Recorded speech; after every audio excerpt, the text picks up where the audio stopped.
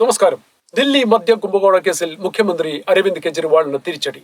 തന്റെ ഇഡി അറസ്റ്റിനെ ചോദ്യം ചെയ്തുകൊണ്ട് ഹൈക്കോടതിയെ സമീപിച്ച കെജ്രിവാളിന്റെ അപേക്ഷ കോടതി തള്ളിയത് അറസ്റ്റ് നിയമപരമാണെന്ന് തന്നെ വിലയിരുത്തിയിട്ടാണ്. അഴിമതിക്കെതിരായി 2011 അണ്ണാ ഹസാരെയോടും കിരൺ ബേദിയോടുമൊപ്പം ഇന്ത്യ എഗൻസ്റ്റ് കറപ്ഷൻ IAC എന്ന ഗ്രൂപ്പ് ഉണ്ടാക്കി അഴിമതിയെ നേരിടാൻ ജൻ ലോക്പാൽ ബില്ല് നടപ്പാക്കണമെന്ന് ശക്തമായി വാദിച്ച് അതിന്റെ പിൻബലത്തിൽ 2015 ദില്ലിയിലെ 70-ൽ 67 സീറ്റ് നേടി അധികാരത്തിലെത്തിയ കെജ്രിവാളിന്റെ പതനം അഴിമതിയിലൂടെ തന്നെയെന്നത് വിരോധാഭാസമായി തോന്നിയേക്കാം. 2020 വീണ്ടും ദില്ലി ഭരണം പിടിച്ചെടുത്ത ശേഷം കോൺഗ്രസിനെ തറപറ്റിച്ച് പഞ്ചാബിന്റെ ഭരണം കൂടി നേടിയതും കെജ്രിവാൾ അഴിമതിക്കെതിരായി ഉണ്ടാക്കിയ AAP എന്ന പാർട്ടി തന്നെയെന്നത് ഏറെ കൗതുകമാണ്.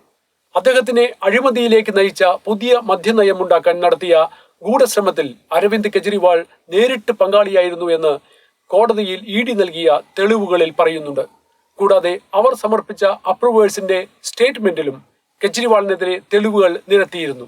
അദ്ദേഹം സ്വാധീനമുള്ള വ്യക്തിയാണെന്നും അതിനാൽ തെളിവുകൾ നശിപ്പിക്കുവാൻ സാധ്യതയുണ്ട് എന്നുമുള്ള വസ്തുത അംഗീകരിച്ചുകൊണ്ട് അദ്ദേഹത്തെ ജുഡീഷ്യൽ കസ്റ്റഡിയിലേക്ക് അയക്കുകയായിരുന്നു. കെജ്രിവാൾ അന്വേഷണത്തിൽ സഹകരിക്കുന്നില്ല എന്നും ചോദ്യങ്ങൾക്ക് കൃത്യമായി ഉത്തരം പറയുന്നില്ല എന്നും ED കോടതിയിൽ പറയുകയുണ്ടായി. തിരഞ്ഞെടുപ്പ് അടുത്തു വന്ന സമയത്ത് ED ഇടപെടലുകൾ കള്ളപ്പണക്കാർക്കും പണക്കടത്തുകാർക്കും തീവ്രമായ തലവേദന ഉണ്ടാക്കുന്നതാണ്.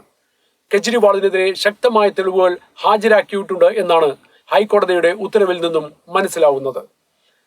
അഴിമതിയിൽ നേരിട്ട് ഇടപെട്ടിട്ടുണ്ട് എന്നാണ് EDയുടെ റിപ്പോർട്ടുകളും സൂചിപ്പിക്കുന്നത്.